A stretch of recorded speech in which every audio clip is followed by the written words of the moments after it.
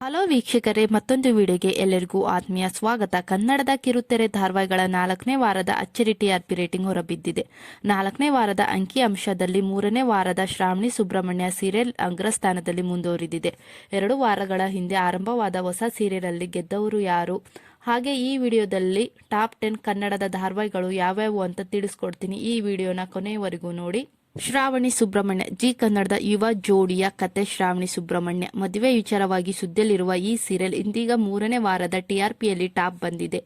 9.5 TRP ಪಡೆದು ಮೊದಲ ಸ್ಥಾನದಲ್ಲಿದೆ.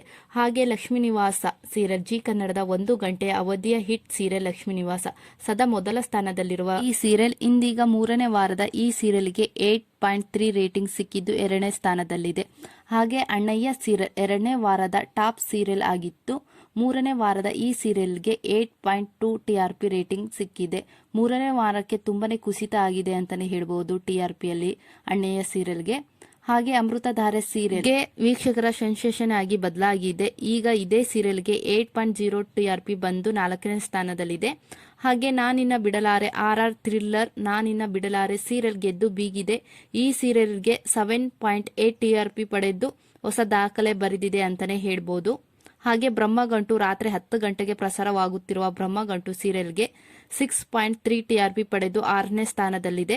ಹಾಗೆ ಪುಟ್ಟಕ್ಕನ ಮಕ್ಕಳು ಅದ್ಯಾಕೋ ಕೊಂಚ ಮಂಕಾಗಿದೆ ಅಂತಾನೆ ಹೇಳ್ಬೋದು.